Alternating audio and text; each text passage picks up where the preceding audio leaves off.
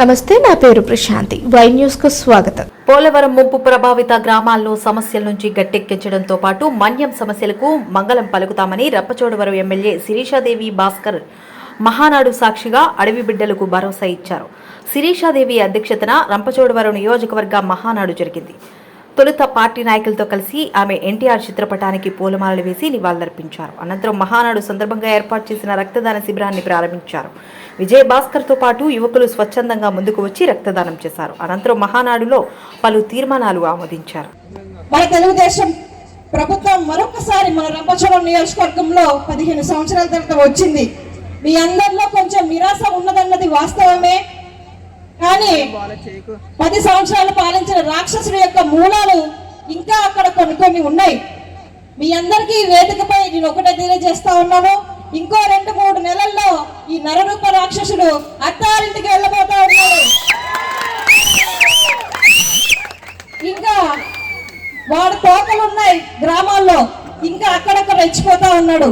వీడు సెంట్రల్ జైలుకు పోతే వాళ్ళ పరిస్థితి ఏంటో ఆలోచించండి అని మరొకసారి ఈ వేదికపై వాళ్ళని హెచ్చరిస్తా ఉన్నాను. మీరందరూ కూడా ధైర్యంగా ఉండొచ్చు.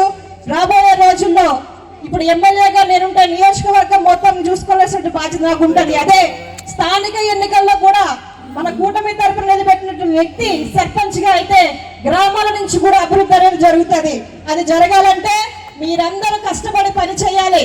మరి ఎలాగైతే మా శిరీషమ్మ ఎమ్మెల్యే అయితే మా ప్రాంతం అభివృద్ధి చెందుతుందని మీరందరూ ఎట్లాగైతే ఓట్లు వేశారో అట్లాగే రేపు స్థానిక ఎన్నికల్లో కూడా మీరందరూ కష్టపడాలి. మీ యొక్క కృషికి నేను ఎప్పుడు తోడుగా ఉంటాను. ఎందుకంటే ప్రాంతాల అభివృద్ధి, గ్రామాల అభివృద్ధి ముఖ్య లక్ష్యం కనుక అది అభివృద్ధి చెందితే మన నియోజకవర్గం అభివృద్ధి చెందుతుంది. పెట్టుబడులు పెట్టడానికి కానీ అదేవిధంగా సంక్షేమం అభివృద్ధి జరగాలంటే వీటి ద్వారా జరుగుతాయి. కనుక ఇక్కడికి వచ్చిన ప్రతి ఒక్క కార్యకర్త 100 నుంచి 500 ఓట్లు వేయించే సామర్థ్యులు ఉన్నారు నాకు తెలుసు. ఎందుకంటే మీరెవరు డబ్బులు ఇస్తాము, ఈ రోజు మహానాడు జరుగుతుంది అక్కడికి రండి అంటే వచ్చిన వాళ్ళు మీరు కాదు. ఒక ఉద్యోగాలు రావాలనే ఉద్దేశంతో జీవో తీసుకొచ్చారు. సో ఈ రోజు మనకి జీవో నెంబర్ 3 దాన్ని మార్పు చేసి ఏజెన్సీ ప్రాంతంలో ఉద్యోగాలు ఏజెన్సీ వారికే ఇవ్వాలనేటువంటి ఒక ఆలోచన కూడా ఆయన నుంచి పుట్టినదే. ఇక ప్రత్యేకమైన చట్టాలు తీసుకొచ్చి 1/70 చట్టం, గిరిజన భూములు ఎవరు ఆక్రమణకు గురి కాకుండా ఇట్లాగా గిరిజన పక్షాన ఉన్నటువంటి వ్యక్తి మన ఎన్టీ రామారావు గారు. ఈ రోజు బిడ్డలు చదువుతున్నారంటే ఏపీఆర్ కాలేజీలను కానీ గురుకుల స్కూల్స్ అని కానీ ఇవన్నీ కూడా మన ఎన్టీ రామారావు గారి యొక్క దయ వల్లే వచ్చినాయి. ఆ రోజు చూస్తే ఈ గిరిజనులందరూ కూడా పూరు గుడిసెల్లో ఉన్నారు. కనీసం వారు ఉండడానికి ఇల్లు కూడా లేదు.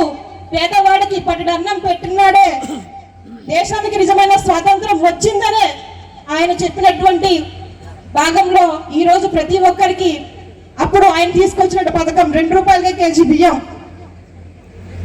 ప్రతి సంవత్సరం ఈ నెల 27, 28, 29 తారీఖుల్లో ఈ యొక్క మహానాడు కార్యక్రమం రాష్ట్ర వ్యాప్తంగా జరిపిస్తారు మన విజయవాడ ఇలాంటి ప్రాంతాల్లో. దానిలో భాగంగా ఈరోజు మనం ఇక్కడ పెట్టుకున్నాం. నిజంగా ఈరోజు మన ఏజెన్సీ ప్రాంతం ఇంత అభివృద్ధి చెందిందంటే కారణం కూడా మన నందమూరి తారక రామారావు గారనే చెప్పాలి. మన ప్రాంతానికి ఆయన వచ్చి ఇక్కడే ఒకరోజు అనేక సినిమాల షూటింగ్ నిమిత్తం అదేవిధంగా పర్యటనలో భాగంగా మారేడుమిల్లి కోట ఆ ప్రాంతంలో నివాసం ఉండి గిరిజనులు పడుతున్నటువంటి బాధలు స్వయంగా చూసి గిరిజనులు వెనకబడి ఉన్నారు, నిరక్షరాస్యతలో ఉన్నారు అని గుర్తించి ఇక్కడ ఉద్యోగ అవకాశాలు కల్పించాలి. కేవలం కొండపోడు వ్యవసాయానికి మాత్రమే వీళ్ళు పరిమితం అయిపోతా ఉన్నారు. వీరికి ఒక ఉపాధి అవకాశాలు కూడా కల్పించే దిశగా మనము అనేక రకాలుగా ఆలోచన చేయాలనే దృక్పథంతో మనకి జీడి మామిడి మొక్కలు ఇచ్చి వాటి పెంపకాన్ని కూడా ప్రోత్సహించినటువంటి మహనీయుడు మన ఎన్టీ రామారావు గారు.